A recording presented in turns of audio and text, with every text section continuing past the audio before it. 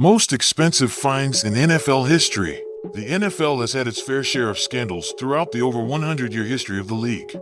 Whenever a player, or even an entire organization, is found liable of doing something that would disparage the league, they are oftentimes hit with a hefty bill in the form of a fine.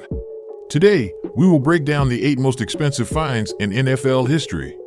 On top of being the biggest fine in league history, our first entry also led to a team being taken to court. 1. Washington Commanders.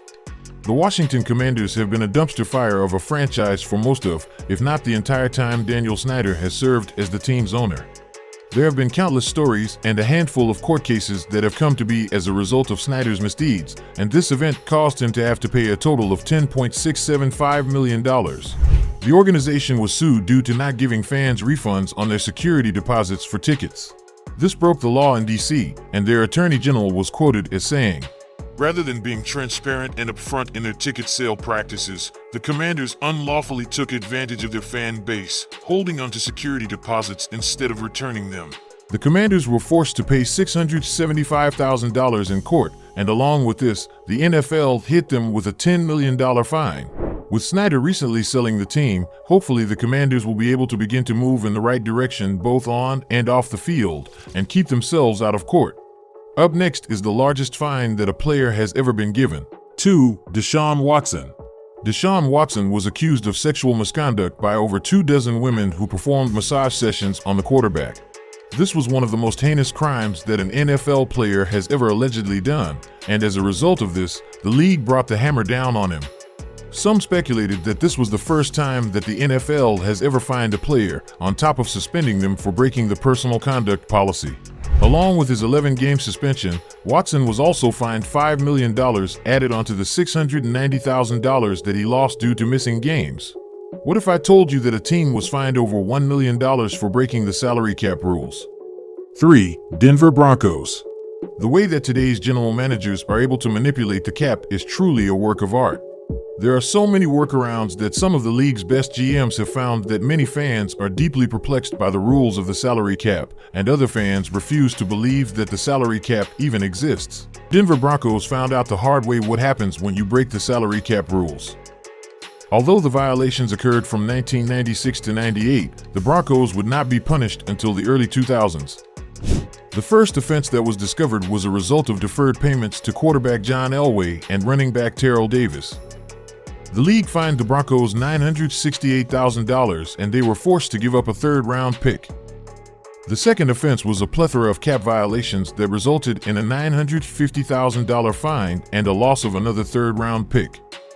What the Broncos did was make backdoor agreements to players that they would take less money on their official contracts, and in return, the Broncos would pay them the deferred money under the table with interest, along with agreeing not to cut the players before an agreed-upon date. Interestingly, the NFL also made an agent that was also a part of these deals donate $100,000 to charity. Some believe that these methods of cheating the salary cap led to the Broncos' Super Bowl victory in 1998. While the Broncos scandal was not talked about too much, up next is one of the biggest controversies in NFL history. 4. New England Patriots. Deflategate was one of the biggest controversies in recent NFL history. It led to arguably the greatest player of all time, Tom Brady, to be suspended for 4 games for just not cooperating in the investigation. Along with this, the New England Patriots would face a $1 million fine. This came as a result of the team allegedly deflating footballs in a playoff game against the Indianapolis Colts. It was thought that this was done so the balls would be easier to catch. The Patriots would end up winning the game by a final score of 45-7.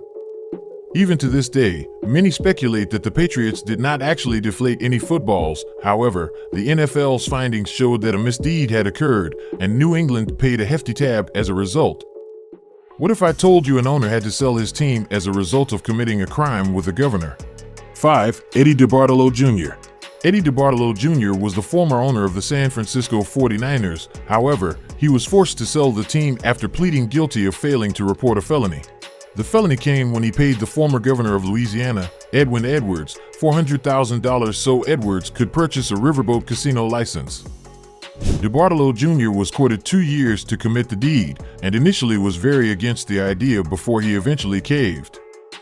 Once he was subpoenaed to testify in front of a grand jury about the deal, he would pull out of the deal. However, the damage had already been done.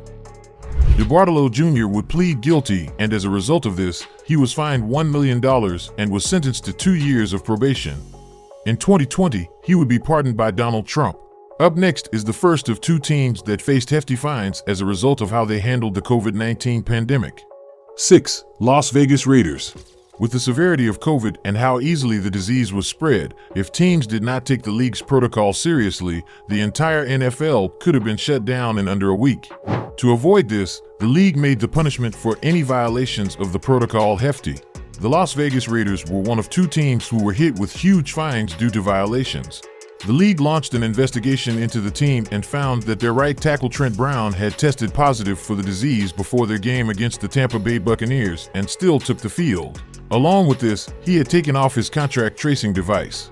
Lastly, Raiders players did not follow the league's social distance policies, including wearing masks. The result of this being the second offense that the Raiders had regarding COVID violations, they were fined $800,000. What if I told you a player was fined and sent to jail over a phone call? 7. Jamal Lewis.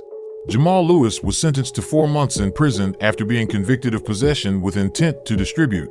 He was caught in a federal sting operation and pled guilty to trying to set up a drug deal. Along with 4 months in prison, Lewis also had to spend 2 months in a halfway house and do 500 hours of community service.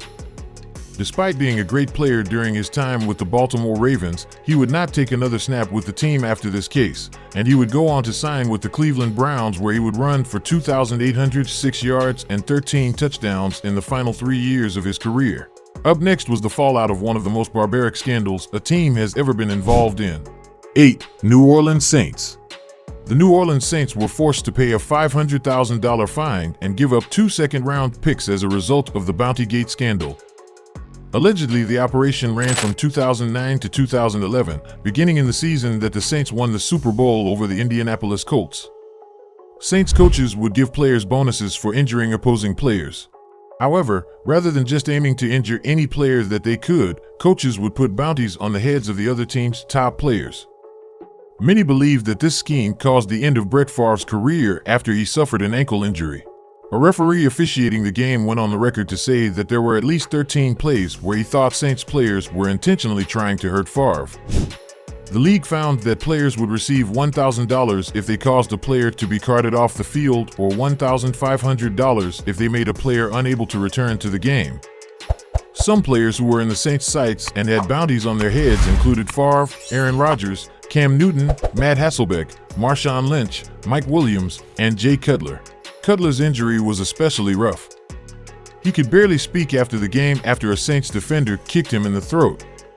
New Orleans defensive coordinator at the time, Greg Williams, was initially suspended indefinitely as a result of his involvement in the Bountygate.